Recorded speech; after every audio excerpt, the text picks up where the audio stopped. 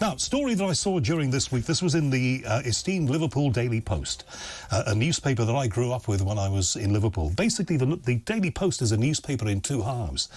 It's published in Liverpool and always has had a North Wales edition, which you can also buy in Liverpool along with the Liverpool edition because it covers the entire North Wales coast.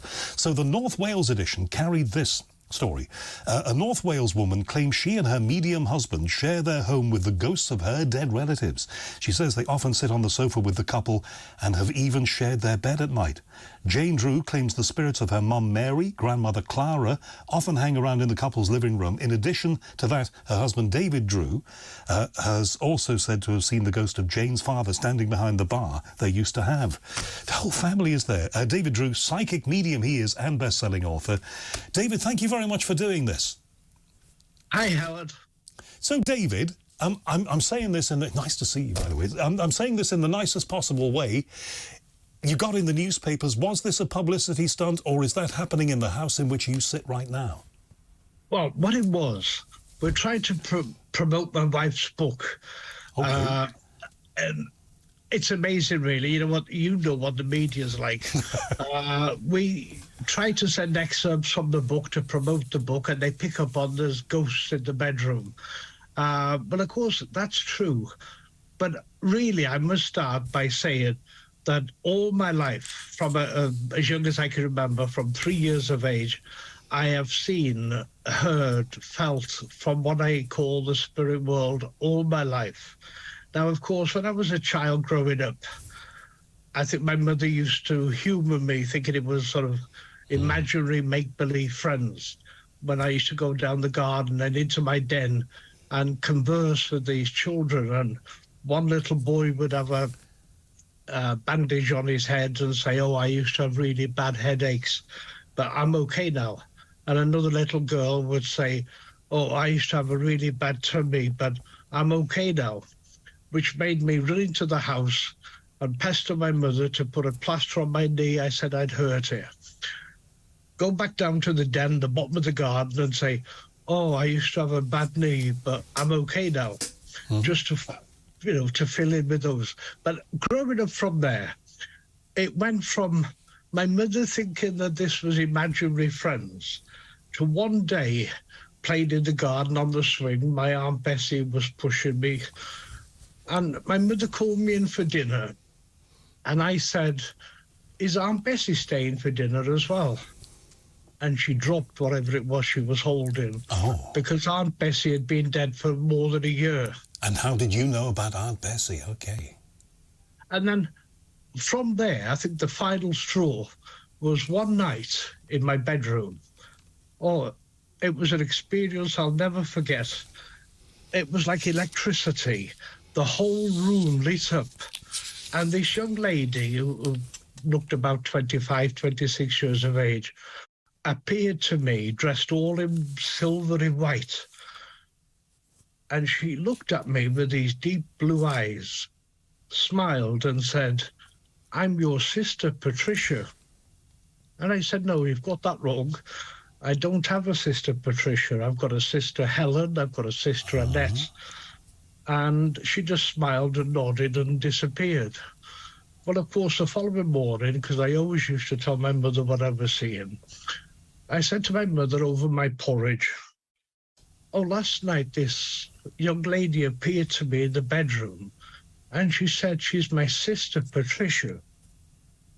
Well, I have to tell you, Howard, my mother sobbed. She wept. I've never seen anything like it. She took her spectacles off. She had the tea towel to her eyes. She was shaking uncontrollably. Anyway, I went off to school thinking, what was all that about? When I came home, my mother said to me, sit down, David, there's something I must tell you. And she explained to an 11-year-old, as best she could, that when she first married my father, she got pregnant, and they told her when she was full term that the baby inside her was dead. And so she had to give birth to a stillborn child. But they had a little service, and they named her Patricia. Gee. So, of course, from there, my mother doesn't know what to do. He takes me to the doctor, who refers me to a child psychiatrist. I remember getting very annoyed. The child psychiatrist said to me, "David, what is it that you imagine seeing?" Well, I said to him, "I don't imagine seeing anything." He says, "Well, tell me now, what do you see around you?" I said, "Well, I can see the window, I can see a desk, I can see the telephone, I can see the filing cabinet. And by the filing cabinet is a little lady, only about my height, about 4'6", very, very thin. She's got dark but going grey hair. She wears blue rimmed spectacles. And she's got a badge on, you know, these that you wear on your birthday. It said 50 on it." Well, he made his way to the door, white as a sheet. He said to my mother, "I don't understand it. I don't think I want to understand it," and showed us the way out. Yeah, I don't want to understand it, but there's nothing wrong with your boy, I guess was the message. Well, the thing is, he didn't understand it, but... Who was that, by the way? Who was that person? About 3 or 4 weeks later, my mother had to go to the doctor for whatever reason. And he said to her, "You know," he said, "I've got to tell you, the psychiatrist phoned me up a day or two after you'd been. And he said, that lad David, he described my wife, who died 3 or 4 days after her 50th birthday." Wow. I wasn't expecting this, David, but thank you very much for the story. So is all this because we're always under time pressure on the television? I understand the time pressure, so let me move on. So, of course, from there, it went on and on and on. I started at 15 or 16 doing shows in various halls and theatres, pubs and clubs and whatever. 30-something years ago, I was doing an evening in a theatre in Blackpool, an evening of clairvoyance and mediumship. And it's there that I met my wife. She said to me, I saw her in the interval when I went for a drink, and she spoke to me, and I said, "Oh, you're the girl I'm going to marry." How's that for a chat of blind, Howard? Eh? David, we can't do any more, but can I just ask you one question? Are you in the house that the piece in the Liverpool Daily Post talked about? That's your house, right? Yes, it's Llandudno in North Wales. Whereabouts?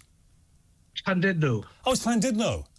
Where I was born and brought up in Crosby, over in Liverpool, I could stand on the beach at the bottom of our road and I could see Llandudno, right?